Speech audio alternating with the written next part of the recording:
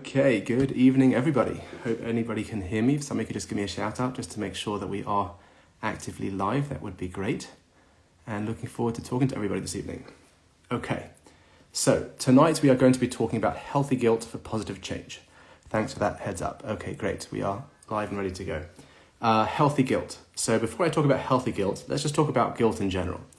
So wherever you are right now, if you're driving, don't do this, but I would like you just to stop whatever you're doing and take a few moments to sit quietly.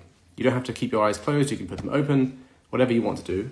And I want you to think about a time when you felt guilty about something you did or did not do in probably the last week, let's be realistic. I want you to take a few minutes just to think about some of the emotions that accompany that. When I say the word guilt, something that happened that you did do or that you didn't do, that you feel bad about, and you feel that emotion of guilt. Okay? So try to just take a moment to think about how you feel. How does that emotion of guilt feel to you? Does it feel nice and light and gentle, supportive? Probably not, right? Okay. Notice where in your body you feel it. Personally, when I feel guilt, I feel it right here. Notice if you can feel it anywhere in your body, if anything is coming up for you at all. Some people feel it in their neck, some people feel it in their head. Some of my clients feel it in the top of their back over here. You can feel it anywhere. Some people feel it in their stomach, that's a really common one. Okay. So this guilt, it's heavy. For most people, it's heavy. One of my clients described it as somebody being at the airport and you're check in all your bags and go just with your carry-on through the airport. And instead of checking in your bags, they tell you, you know what, carry this bag. Carry this huge suitcase. You can't put it on wheels. Just hold it and carry it to the plane. And that's what one of my clients describes as the feeling of guilt. It's this certain heaviness, a heavy hammer beating you up. So a heaviness is something that doesn't really help us. People always ask me, if I'm not going to have guilt in my life, I'm not going to ever correct my ways, I'm not going to do anything good anymore.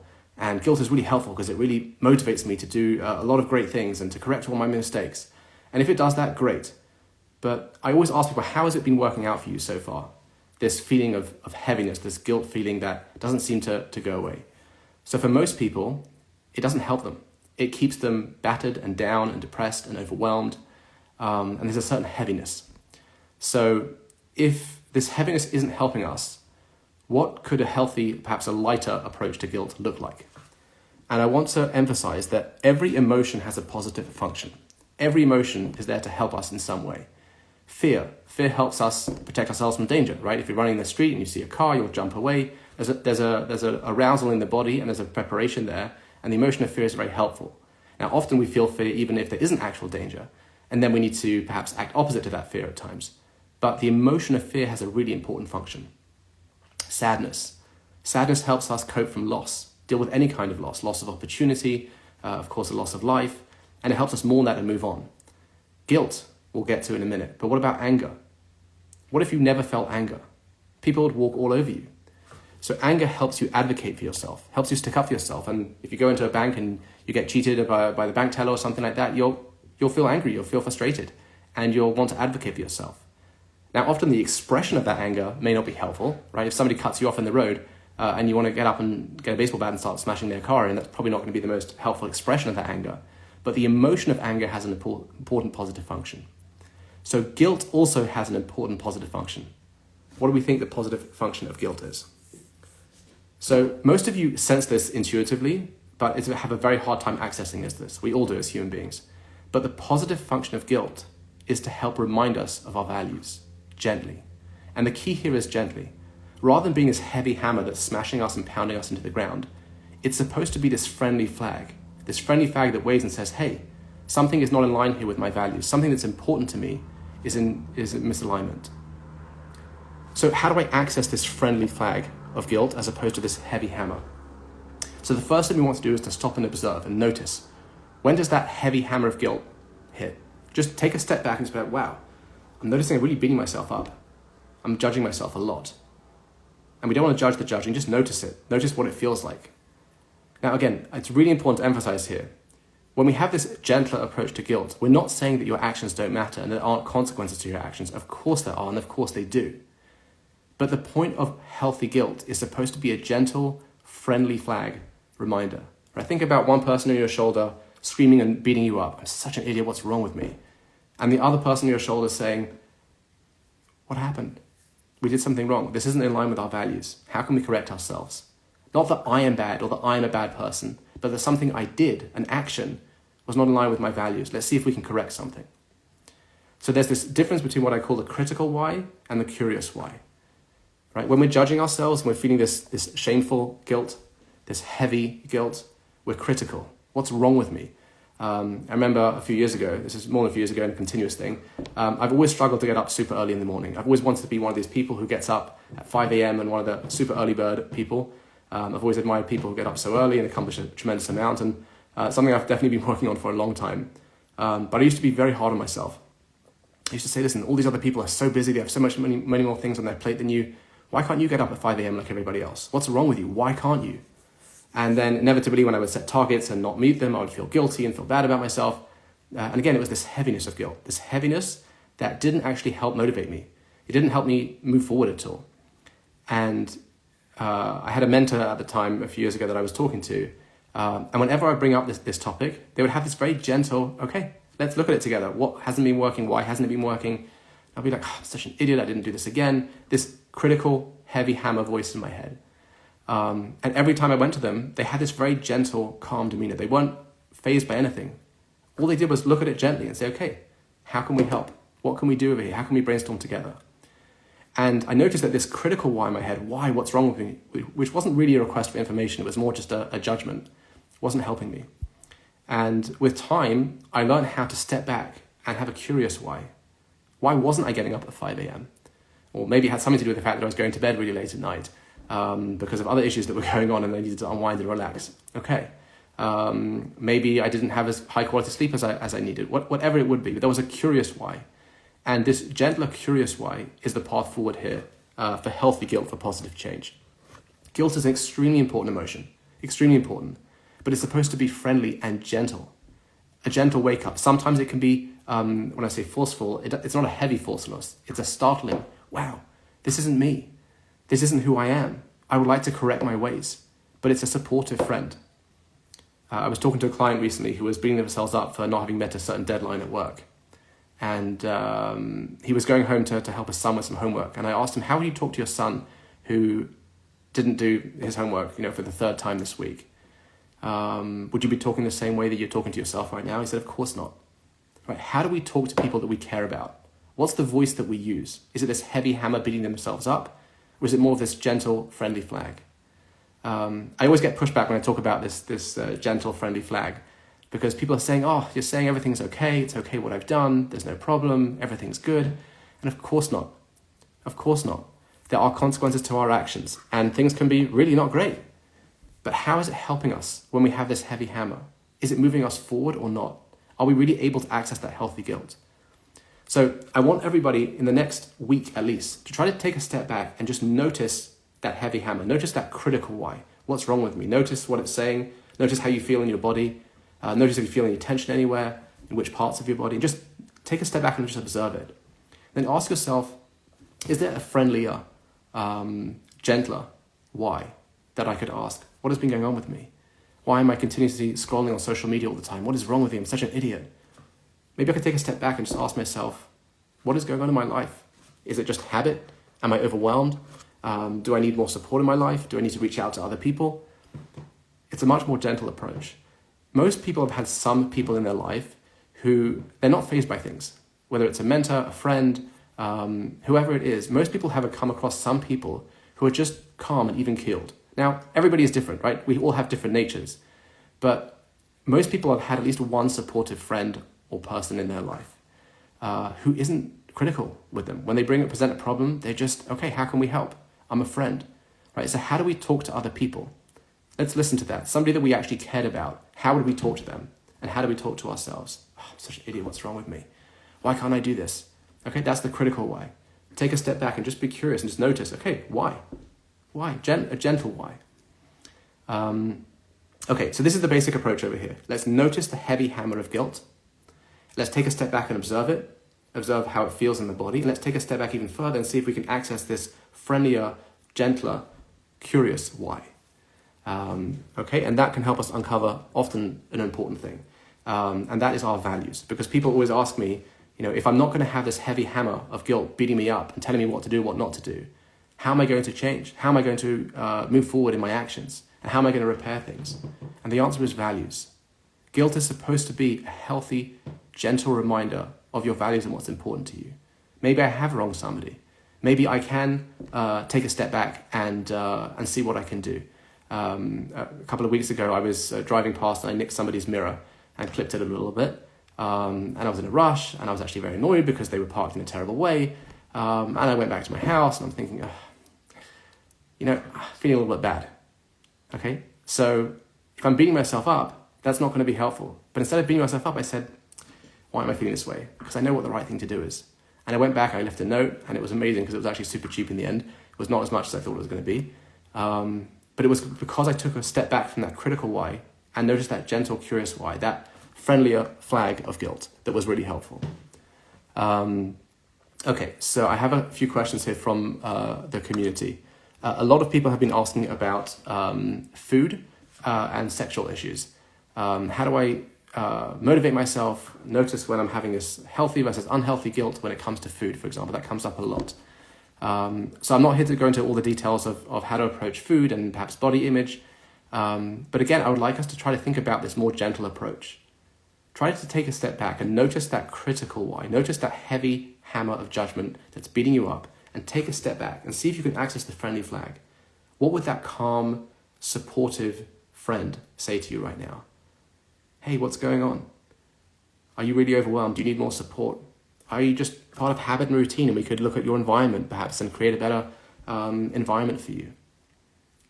So it's taking a step back and having a gentler approach. So anything, no matter what you've done, I have a lot of clients, or some clients, who are involved in heavy addiction right now. And some of them are in sexual nature, some is drug related. There's all kinds of addictions out there. And we use this approach a lot, right? Because they have this critical why, this heavy hammer beating themselves up. What's wrong with me? Why can't I do this? Why can't I do that? Why am I doing this? Why am I doing that? And when we take a step back and we completely let the air out, there's no judgment. We're noticing the judgments, we're letting it be there, and we're taking a step back and we're saying why, curious why, gentle why. Then we can access our core values about what's important to myself. Then I can start to look at, okay, what's important to me? How can I make up and make amends? Regret is a really helpful thing. If it's gentle, if it helps us motivate us. And gentle doesn't mean that it's calm and like I said, there aren't any consequences. But gentle means that I care about you. Like I said, that critical voice that we have in our heads to the people that we care about most. Would we ever talk that way? I'm not talking about when you're trying to just pretend to a friend that everything's okay. A genuine friend that you actually care about, or a family member, that you want to talk to them openly and honestly. You wouldn't deny that they've had setbacks and failures and that there have been real negative consequences to their actions, but you'll be supportive. So that's what I want us to do going forward. Notice the heaviness, notice the critical judgments. What about when you have guilt for not doing something for someone else, but in reality the person shouldn't be relying on you for that in the first place? Okay, that's a great question. That I think actually is a separate topic. That's going to be learning about interpersonal effectiveness skills, learning how to advocate for your own needs and to set up boundaries, learning how to say no, when to say no. Listen to what that guilt is saying. Is the guilt saying, I really should be doing more, I would like to be doing more, it's important to me to be doing more, that's a value for me?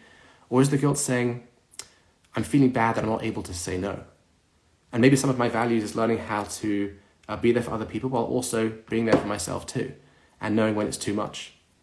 Okay, 1 second. So anything, and people always ask me, anything? You don't know what I've done and what I haven't done.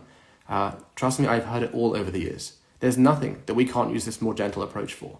Again, people are very worried that if we're too gentle with this, then we're going to be condoning all behavior and denying consequences, and I won't be motivated to change. And just ask people, how's it been working out for you? This heavy hammer, critical why, judgmental approach to guilt. How has that been working out? Most people say it doesn't help. It doesn't motivate them for change. So instead of this heavy hammer bashing you, critical voice in your head, the critical why, what if we took that step back and we said, gently, why? Gentle why, curious why. And we had that friendly flag waving at us saying, you know what, it's time to rectify our behavior, it's time to make amends, or maybe it's time to go easy on myself and realize I'm human and I can't be perfect all the time. And I can't stop this camera from sliding all the time. Okay, we're just human. We're going to make mistakes. That's the nature of things. People are going to judge us. We're going to be imperfect. We're going to tolerate other people's judgments at times. That's what's going to be really important. Okay, let me just see what other questions we had from the community. Yes, I mentioned about the thing about diet. I always feel guilty for overeating. I keep starting diets for the last 3 days before overeating again. How can I use that guilt to actually help me change this pattern for once and for all? So there may not be a quick answer to this question. It's the first thing again we want to do is to take that step back, notice it. What is it saying? Okay. So the critical voice, the heavy hammer. Notice that critical why in that heavy hammer. Maybe write down some of those thoughts. But then ask yourself, if this was a supportive friend, what would it be saying to you? I've started and stopped many diets over the years, and found myself binge eating and doing all kinds of things. And I think I posted on my LinkedIn about my diet journey and wellness over the last 6 months. But again, it was only when I took a step back and said, why am I eating again? What's wrong with it? Why can't I do this?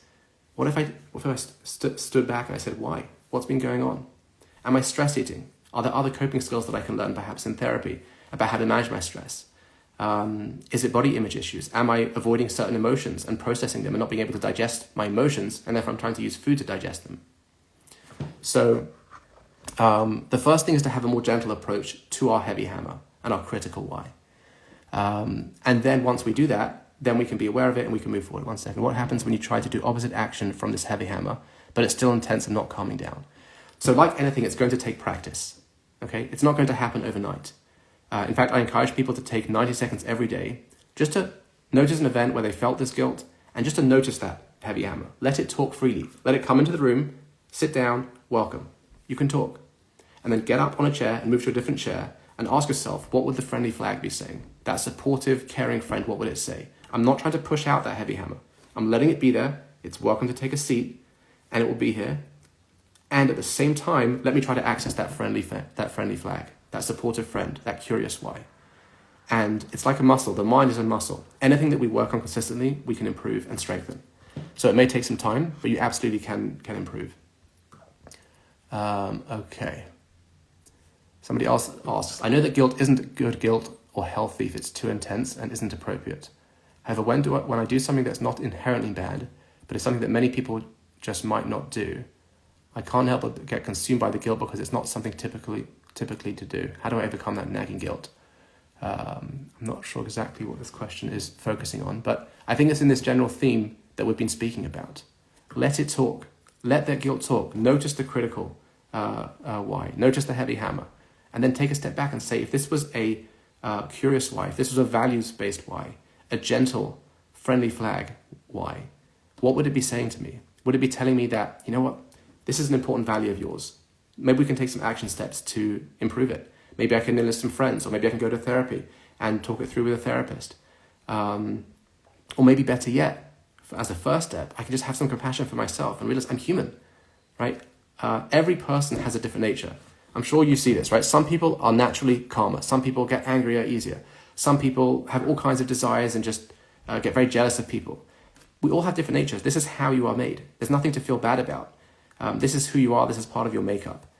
We're not condoning everything. We're just normalizing and allowing ourselves to be ourselves. And from that gentler place, we can step back and say, okay, hey, there's this friendly flag reminding me of my values, what's important to me. People are asking me here about Yom Kippur and supposed to be scared of Hashem. This is not really for tonight's topic too much because I'm not going into details about this, but absolutely this definitely connects with Yom Kippur. Just as a side note, this is not really the topic here, but we refer to God as our Father and our King. He's first our Father before our King. So fear and being scared of God is one thing, but let's remember that He's first our Father. How would a parent talk to us? So we can talk about that another time. Okay. Any other questions for tonight? Let's see.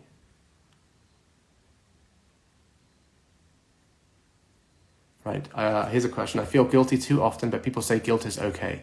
But I think guilt can also not be okay. How to know the difference between appropriate guilt and inappropriate guilt. This really speaks to our whole discussion tonight. Absolutely, there can be healthy guilt. Absolutely, there can be a guilt that's heavy, that's pounding you, that's critical, that doesn't motivate you to change. But if we take a step back and we see, curious, friendly, supportive, gentle, what is this guilt trying to tell me? Is it helping me move forward? Is it helping me rectify the past to move forward? That can be a healthy approach. Okay, any other questions for tonight? Okay. I know I've repeated myself a lot tonight, but I know people have been joining later and may not listen to the after live. So I'm just going to kind of do a quick summary, and then I'll be happy to take any more questions. Personally, people can go over to my Instagram and ask questions there also if they'd like to.